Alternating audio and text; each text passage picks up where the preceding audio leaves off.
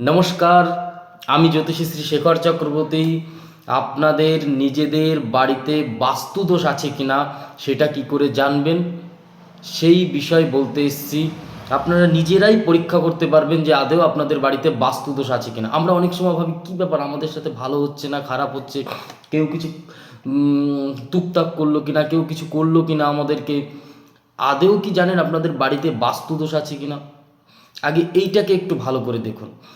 যে বাড়িতে ঈশান কোণে বাথরুম পায়খানা থাকবে, উত্তর আর পূর্ব কোণ, এই কোণটাকে বলা হয় ঈশান কোণ। এখানে আমরা ঠাকুর ঘর রাখি। যদি এই কোণে কারোর বাথরুম পায়খানা থাকে, সেই বাড়িতে রোগ ব্যাধি হবে, এমনকি ক্যান্সার পর্যন্ত হতে পারে। সেকেন্ডলি কি, যাদের ঈশান কোণে বাথরুম পায়খানা থাকবে তাদের বাড়ি যদি 5 ভাইও থাকে কি 2 ভাই থাকে, কোনো এক ভাই ওই বাড়ির থেকে থাকতে পারবে না। বিভিন্ন লোক, বিভিন্ন বড় ভাই একদিকে, ছোট ভাই আর একদিকে, মেঝো ভাই আর একদিকে, কি কেউ ওই বাড়িতে সঠিকভাবে থাকতে পারবে না, না হলে কারোর উন্নতি হতে চাইবে না।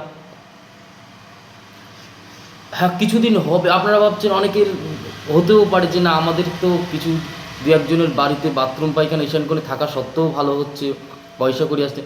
15-20 বছর, তার মধ্যে একটা জেনারেশনের পরে গিয়ে ওটা কখনোই ভালো ফল দেবে না। আপনারা একটুখানি নিজেরা মিলিয়ে দেখুন। এই ঈশান কোণে বাথরুম পায়খানা যাদের বাড়িতে আছে, হয় বাড়ির কোনোভাবে এটাকে ঠিক করে ফেলুন। আর সেকেন্ডলি, বাড়িতে বাস্তুদোষ আছে কিনা আপনি নিজের থেকে কি করে বুঝতে পারবেন? ঘরে যদি প্রচুর পরিমাণে অশান্তি হয়, একের পর এক, দিনের পর দিন অশান্তি, গণ্ডগোল, রোগের উপর প্রচুর পয়সা লাগে। নিজের বাড়িতে যদি রোগের উপর প্রচুর পয়সা লাগে, বাড়িতে আসলেই যদি রাগ হয়, আপনাদের বাড়িতে আসলেই যদি প্রচণ্ড পরিমাণে, বাইরে ভালো বন্ধু বান্ধব আত্মীয় স্বজন সবার সাথে খুব ভালো মিশছি, কথা বলছি, কিন্তু বাড়িতে আসলে যদি প্রচণ্ড পরিমাণে রাগ হয়, বাড়ির ইলেকট্রিক জিনিসপত্র যদি প্রচুর পরিমাণে খারাপ হতে থাকে, বাড়িতে আমরা যে ইলেকট্রিক যন্ত্রপাতি ব্যবহার করি সেগুলো যদি প্রচুর পরিমাণে নষ্ট হতে শুরু হয়, বাড়ির ঘড়িটা যদি খারাপ হয়ে যায়, বাড়িতে দরজাতে বা জানলায়, বিশেষত দরজাতে যদি কোনো রকম আওয়াজ হতে থাকে, সেই বাড়িতে কিন্তু বাস্তুদোষ হয়। এছাড়াও যদি সবসময় ঘরের মধ্যে চিৎকার চেঁচামেচি, একটার পর একটা বিষয় নিয়ে কলহ লেগে থাকে, সেই বাড়িতে কিন্তু বাস্তুদোষ হয়। এছাড়াও যে বাড়ি অথবা দোকানে দেখবেন কর্মচারী বা কাজ করার যে লোক, তারা যদি টিকতে না চায়, মানে ঘন ঘন পাল্টাতে হচ্ছে, কিছুদিন পর পর থাকছে না কোনোভাবে, সেই বাড়িতে কিন্তু বাস্তুদোষ আছে।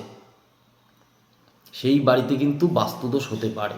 এছাড়াও অতিথি যে বাড়িতে আসতে চায় না, খুব কম আসে, অতিথি নারায়ণ, অতিথি দেব ভব, সংস্কৃত কেন বলছে অতিথি নারায়ণ, অতিথি যে বাড়িতে আসতে চায় না, সেই বাড়িতেও বাস্তুদোষ কিন্তু আছে। আপনারা অবশ্যই নিজের বাড়িতে বাস্তুদোষ আছে কিনা এটাকে ভালো করে খেয়াল করুন। এটাকে ভালো করে খেয়াল করুন, দেখবেন নিজেই বুঝতে পারবেন বাড়িতে বাস্তুদোষ আছে কিনা। যদি এই সমস্যাগুলো হয় অবশ্যই কমেন্টে জানাবেন। এছাড়া এই বাস্তুদোষ থেকে নিবারণ করার জন্য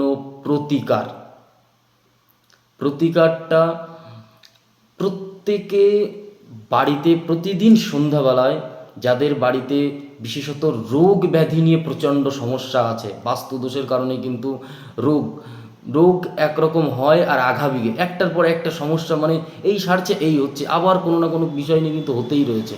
এইগুলো কিন্তু দোষের কারণে হয়। অনেক সময় বাড়িতে বাস্তুদোষের কারণে পয়সা বাড়িতে আসলে কিন্তু থাকতে চায় না, বাড়িতে দাঁড়াতে চায় না। আপনি প্রচুর বাইরে থেকে ইনকাম করে নিয়ে আসুন না কেন, বাড়িতে পয়সা সেভিংস করতে পারবেন না, তারপরেও কোনো কোনো লোন দেনা, প্রচুর সমস্যা। যে কারণে বাড়িতে প্রতিদিন ধুনো দেখান, যত কষ্ট হোক একটুখানি খুঁজে যেভাবে হোক ধুনো দেখান, সারা বাড়ি ঘর দরজায়। তার মধ্যে অবশ্যই কর্পূর দেবেন, কর্পূর দিতে ভুলবেন না।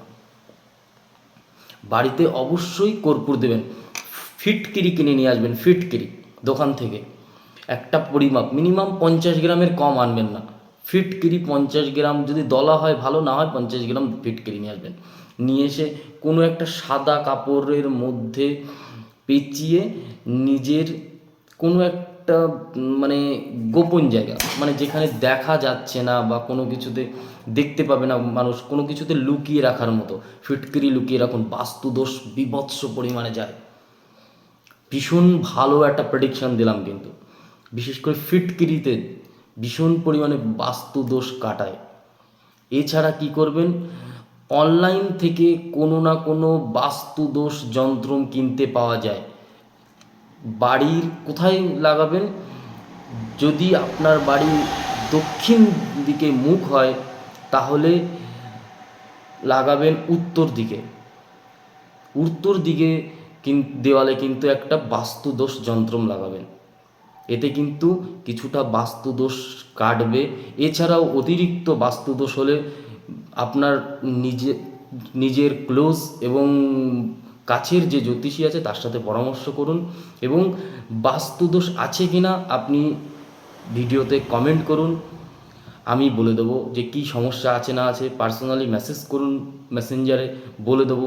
এর আরও প্রেডিকশান আছে, সব কিছু আছে, বলে দেবো। যদি ভিডিওটা ভালো লাগে শেয়ার করুন, লাইক করুন, কমেন্ট করুন। জয় বাবা লোকনাথ, জয় মা কালী।